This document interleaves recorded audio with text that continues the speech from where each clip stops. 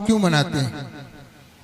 भगवान बुद्ध ऐसे महामानव हुए जिसने सारे संसार को मार्ग दिया। उन्होंने कहा मैं मार्गदाता हूं, मुक्तिदाता नहीं। उन्होंने ऐसा मार्ग दिया कि हमारा जीवन और सभी पूरे मानव जात और समस्त संसार का कल्याण हो। तो मैं उस मार्ग पर थोड़ा प्रकाश डालना चाहूंगा। अभी आपने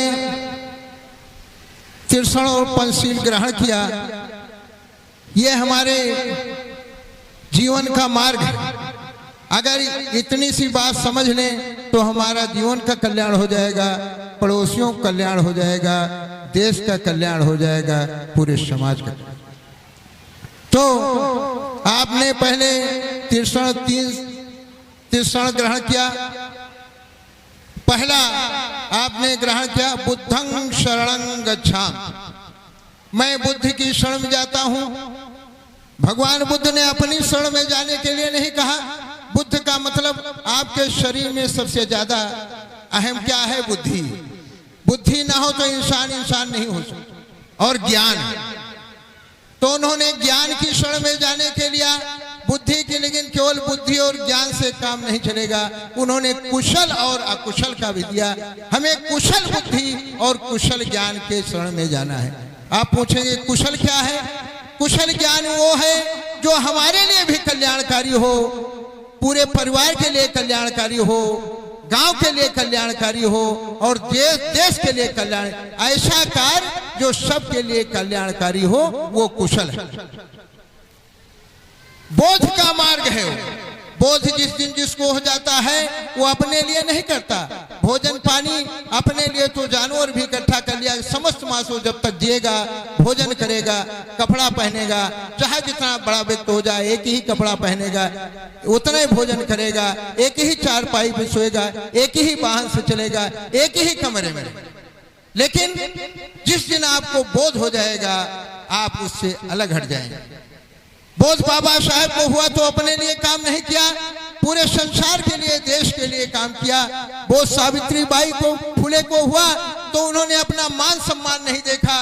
लोगों ने उनके ऊपर तमाम कीचड़ उछाले, लेकिन उन्होंने अपनी माताओं को पढ़ाया।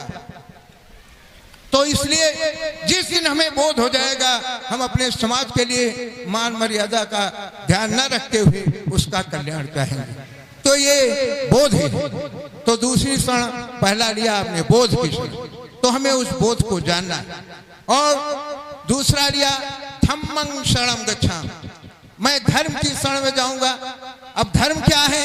आज लोग समझते हैं हिंदू धर्म, बौद्ध धर्म, मुस्लिम धर्म, सिख धर्म, तमाम धर्म हैं, उन्हीं को धर्म समझते हैं।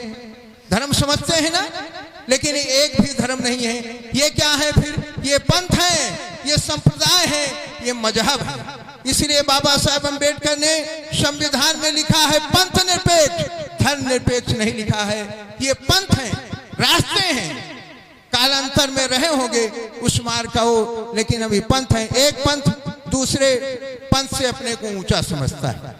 इसलिए हमको धर्म के रास्ते पर जाना है। फिर धर्म क्या है? धर्म ऐसा कर्म है जो हमारे लिए कल्याणकारी हो, जो सबके लिए कल्याण। हमारा गुण ही गुण धर्म, गुण ही धर्म है। जैसे आग का धर्म गर्मी है, अगर जलाए ना तो हम आग कहेंगे क्या? पानी का धर्म तरलता है, अगर तरल रहे तो पानी कहेंगे क्या?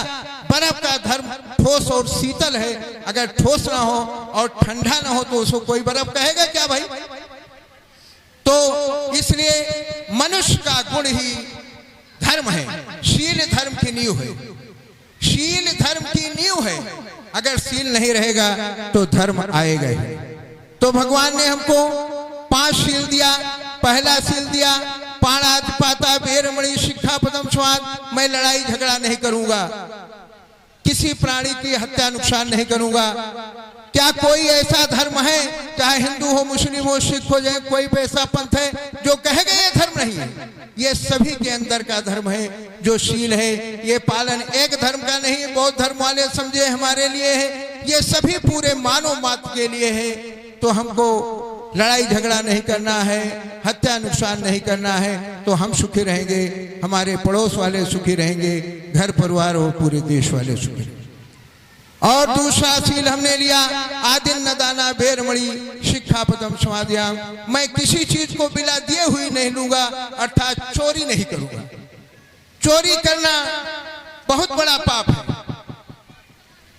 अगर चोरी किया तो समझ लीजिए, उसे कबीर साहब ने कहा है, साँच बराबर तप नहीं, साँच बराबर तप नहीं, झूठ बराबर पाप, जाके हृदय साँच है ताके हृदय आप। तो आज आपने लिया, मैं चोरी नहीं करूंगा। चोरी केवल वस्तु की नहीं होती, बात की भी होती है। अगर किसी बेटा बेटी ने अपने माँ बाप से बात की भी चोरी किया, परिवार से बात की भी चोरी किया, तो भी चोरी हो गई और वो अधर्म हो गया। आपको उसका खामियाजा उठाना पड़ेगा और आपके परिवार को, आपको भी बेइज्जती सहना पड़ सकता है। इसलिए कोई बेटा